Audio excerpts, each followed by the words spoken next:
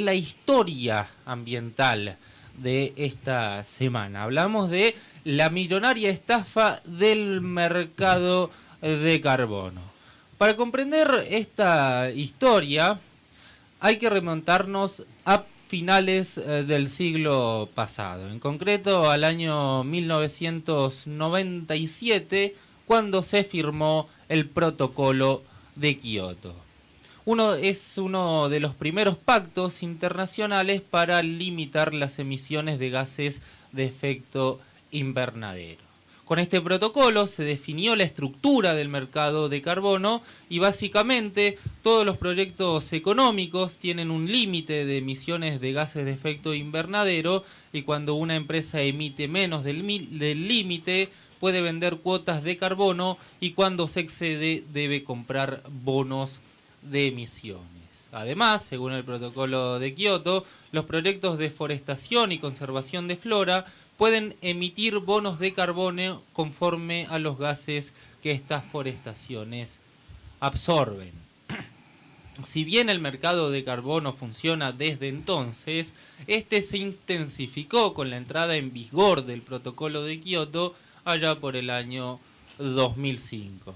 Desde ese momento se generó un gran mercado en el que las empresas compran y venden emisiones de gases de efecto invernadero.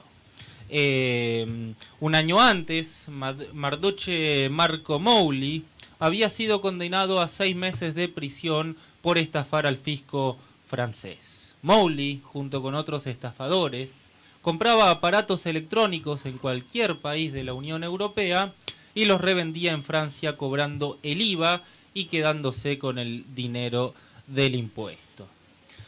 Modalidad que usaría unos años más tarde para estafar al fisco francés con el mercado de carbono. Cuando Mowley salió de la cárcel, conoció al agente financiero Arnaud Mimran y con él se adentró en el mundo del mercado del carbono. Luego entró en escena Sami Souied, un amigo de la infancia de Marco. En ese momento, estos 3 delincuentes ya tenían antecedentes por estafa. Los protagonistas de esta historia son Marco, como dijimos recién, que nació en Túnez y se mudó a Francia a mediados de los años 60. Cuando tenía 12 años, abandonó la escuela, pero su audacia, estilo y carisma compensó su analfabetismo, y de esta forma se abrió paso en el mundo del AMPA. A los 20 años empezó a trabajar, entre comillas, en el rubro publicitario.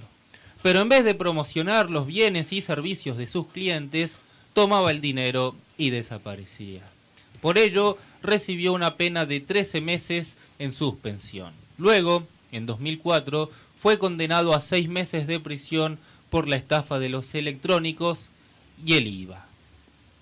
Arnaud, por su parte, nació en Francia y se crió en uno de los barrios más ricos de París. Cuando era un adolescente, comenzó a invertir en la bolsa de valores. Luego obtuvo un posgrado en finanzas y comenzó a trabajar profesionalmente en inversiones. A finales de los 90, Arnaud creó un negocio de corretaje llamado 3A Trade, el cual tuvo mucho éxito en poco tiempo, lo que levantó sospechas de juego sucio, aunque las investigaciones no pudieron encontrar nada en su contra. Sin embargo, a raíz de la constante presión, Arnaud vendió todas las acciones de la empresa por un valor de 30 millones de euros. Por último, el tercer protagonista de esta historia es Sami Souied, nacido en Francia y criado en uno de los distritos más pobres de la capital francesa, donde conoció a Marco. Sami había estado implicado en casos de fraude publicitario y fue también acusado de lavado de dinero. La estafa, ¿en qué consistía? Desde el 2005, cuando el mercado de carbono se intensificó en Europa, las empresas compraban y vendían cuotas de carbono a mansalva.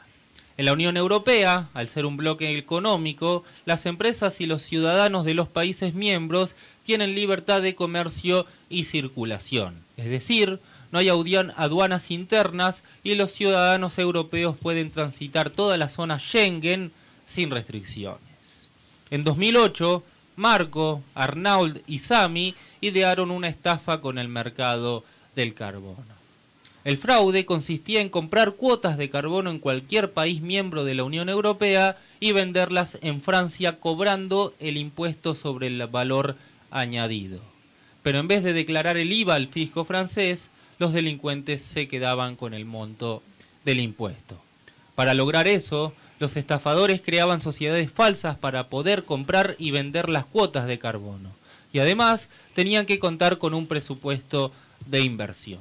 Primero, creaban estas falsas sociedades a nombre de terceras personas, luego se inscribían online en el sistema de compra-venta de bonos de carbono y finalmente compraban las cuotas de los gases sin IVA en países como Alemania para luego revenderlas en Francia cobrando y quedándose con el impuesto. Las sociedades falsas eran disueltas pocos días antes de la declaración impositiva, que usualmente en Francia se hace de manera trimestral. El mercado de carbono fue creado con el objetivo de limitar las emisiones de gases de efecto invernadero de las industrias. Teóricamente, son estas las que deben comprar y vender bonos de emisiones, pero en esa época el mercado de carbono europeo estaba dominado en un 80% por financieras y las transacciones entre industrias solo ocupaban el 20% del mercado, es decir, el mercado de emisiones de carbono se había transformado en un commodity. Al inicio, los estafadores invirtieron una importante suma de dinero para erigir estas falsas sociedades y comprar los bonos de carbono. Pero rápidamente recuperaron y multiplicaron la inversión.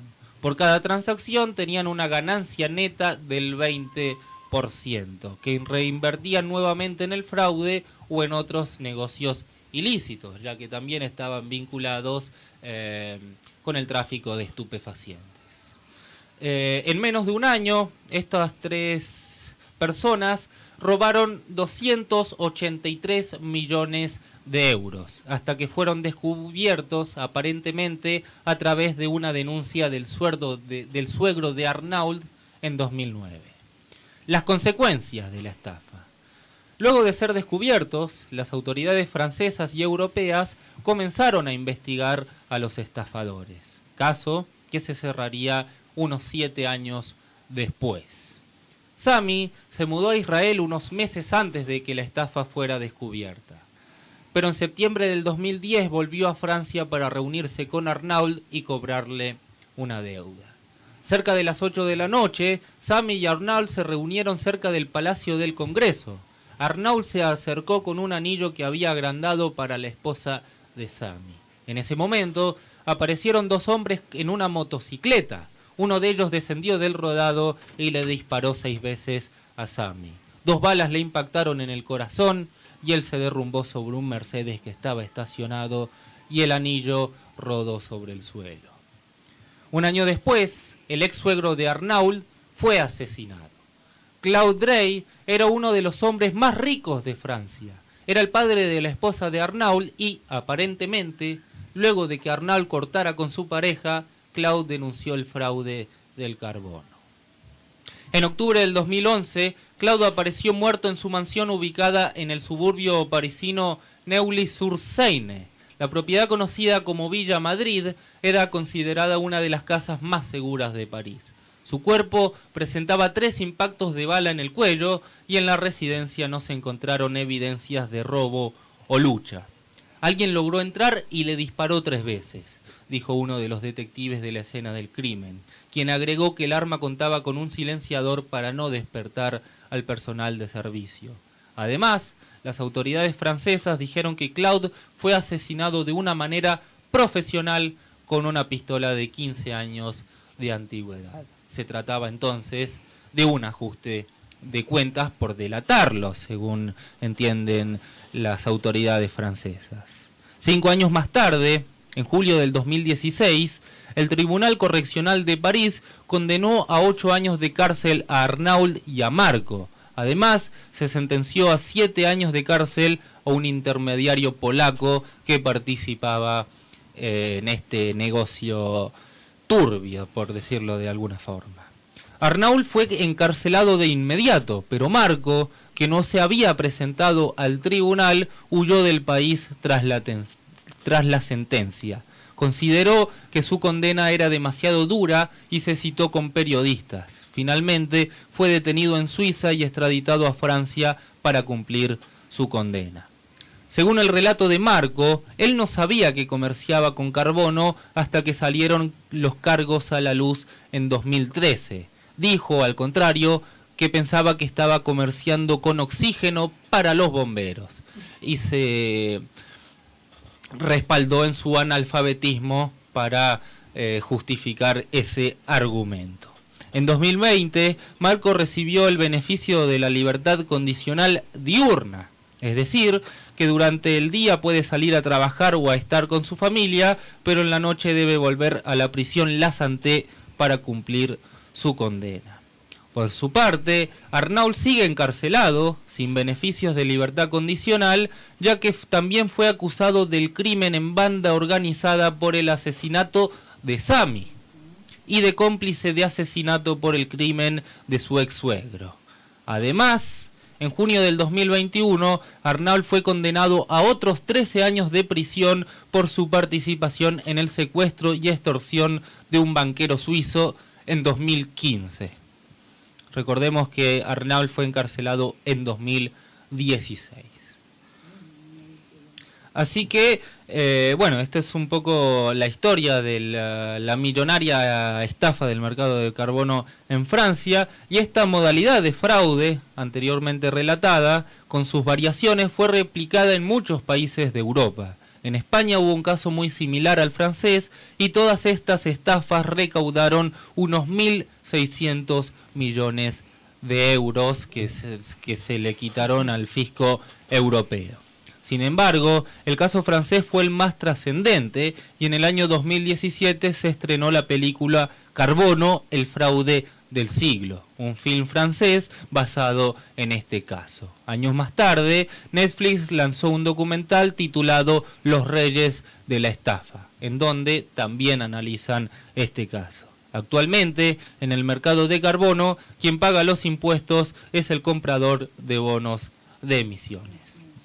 Así que bueno, el fraude sobre el fraude también lo podremos catalogar de otra forma, porque, como digo, el mercado de carbono se ha transformado en un commodity y ya no cabe ninguna duda de que no generan ninguna contribución en la lucha contra el cambio climático. Si bien se pensó a principios de los 2000, finales de los 90, que podía ser un buen método para limitar las emisiones de gases de efecto invernadero, solo creó un commodity más para las transacciones financieras y a ciencia cierta no contribuyó a la lucha contra el cambio climático. ¿Por qué sería, Maico? El caso particular que acabamos de relatar. No, ¿por qué es que esta intención, digamos, de regular las emisiones de carbono se termina transformando en un commodity? Por muchas cuestiones. Primero que desde sus bases ya está como todo dado para que sea un commodity, es comprar y vender aire básicamente. Entonces, bueno, como con muchas otras cosas, se transforma también como especulación, a ver cuánto sube, cuánto vale la cuota de carbono, y hasta algunos hasta quizás puede invertir en carbono, ¿se entiende? Yo soy propietario de tantas emisiones de carbono. Pero que lo contemplan de alguna manera como una inversión inicial, digamos, las mismas empresas que generan después emisiones. Según el protocolo de Kioto, las empresas cada empresa se le asigna un volumen de emisiones de carbono permitidas, ¿no? Se le llama de carbono, pero son gases de efecto invernadero en general. Puede ser carbono, metano, etcétera. Sí, distintos gases. Entonces yo tengo un feedlot. póngale. El feedlot emite metano. Yo tengo permitidas tantas emisiones de metano. Si emito más de ello, yo tengo que comprar bonos de carbono, bonos de emisiones para poder sostener mi actividad legalmente. ¿Que se los compraría al Estado de mi país? No. No. Ahí va. Y si emito menos de lo que yo tengo disponible para emitir, puedo vender mi excedente. Entonces es una forma de castigar y premiar las emisiones, digamos, ¿no? Si emito menos, puedo monetizar eso, por decirlo de alguna forma. Claro. Y después están los proyectos de sumideros de carbono. Hay empresas, acá en Argentina, de hecho, también es un problema, que se dedican a comprar terrenos y plantar allí forestaciones. Forestaciones que generalmente son monocultivos de eucaliptus, de pinos, de álamos, de especies de rápido crecimiento que absorben mucho carbono. Se contabiliza cuántos gases de efecto invernadero absorbe esa forestación, y entonces la monetizan vendiéndoles a las empresas los bonos de emisiones. Es, usted emita, yo tengo esta forestación que va a absorber tantas toneladas de carbono, etcétera. Es un mercado muy complejo, pero ya con esto poco que le acabo de comentar ya puede entender por qué es un commodity, porque es básicamente tomar a los gases de efecto invernadero como una mercancía que se puede comprar y vender. Entonces, bueno, como dice acá el informe, en aquel momento cerca del 80% del mercado de carbono estaba controlado por las financieras, por gente que no tenía sumideros de carbono, ni tampoco industrias, ni producía. No absorben ni nada. Pero compraba y vendía y ahí sacaban su tajada. Y además con esto de la declaración impositiva, digamos, ya, bueno, este tipo de grupos sacaban una tajada extra por sobre la ganancia lícita que ya tenían de por sí. Y en un año, 283 millones de euros. Sí, esos los estafadores estos. Claro. Es un mercado de muchos millones de dólares, el mercado de carbono, y que, bueno, los expertos en el tema coinciden en que no contribuye en la lucha contra el calentamiento global. No, es inventar un mercado más, básicamente. Básicamente, es inventar un mercado. Vio que está como la ironía, dentro de poco nos van a cobrar el aire. Ya se lo están cobrando, porque si una empresa, por ejemplo Shell, debe comprar bonos de emisiones para sostener su actividad, usted está pagando eso, claro, cuando está llenando el tanque de combustible. El producto y con eso se aseguran comprar los bonos. Exactamente. ¿Y a quién le compran? O sea, ¿quién es el que vende bonos? Es lo que le explico. Hay empresas que emiten menos. Y esas son las y venden su excedente. Y después hay empresas que se dedican a realizar estas forestaciones para decir, bueno, esta así forestación... también logran excedente y pueden vender bonos. Claro. Una cadena. Y hay, claro, muchas empresas que compran miles de hectáreas de monte, digamos, para el asunto de los bonos de carbono. El tema es que a veces compran monte nativo de puntano, digamos, los espinillares, ponele, pero no absorbe mucho carbono un espinillar, ¿no? Entonces talan todo eso y ponen otras especies como pinos, eucaliptus, otras especies que absorban carbono más rápidamente y que por ende puedan vender más bonos. Entonces, hasta en cierta forma el mercado de carbono hasta es perjudicial para los ecosistemas. De alguna manera propicia el desmonte, por ejemplo, claro, en este ejemplo que acabas de dar. Claramente. Entonces, bueno, estos lúcidos dijeron, bueno, podemos... Imposible con la maldad y la Sí, la avaricia, ¿no? Sí, las ganas de hacer plata rápido, fácil. La película, hoy que es viernes, está re buena la película. Yo no la vi. Los Reyes de la Estafa. La de Netflix, esta que nombras acá. No, la película es francesa, en su momento estaba en Netflix, no sé si ahora pero seguirá. La peli se llama Carbono, el fraude del siglo. Ah, claro, Los Reyes de la Estafa es la de Netflix, perdón. Me parece que ese es un documental. Ese es un documental que, un documental, no es muy divertido. A mí me gustan muchísimo los documentales. Sí, pero no es la definición de divertido, un documental. Pero la película sí, es una película de acción, de mafias, y te cuenta la historia, ¿no? Así que bueno. La recomendás para el viernes a la noche. Recomiendo, es una buena película para ver en el fin de semana. Yo siempre que veo películas que me gustan y que están basadas en hechos reales,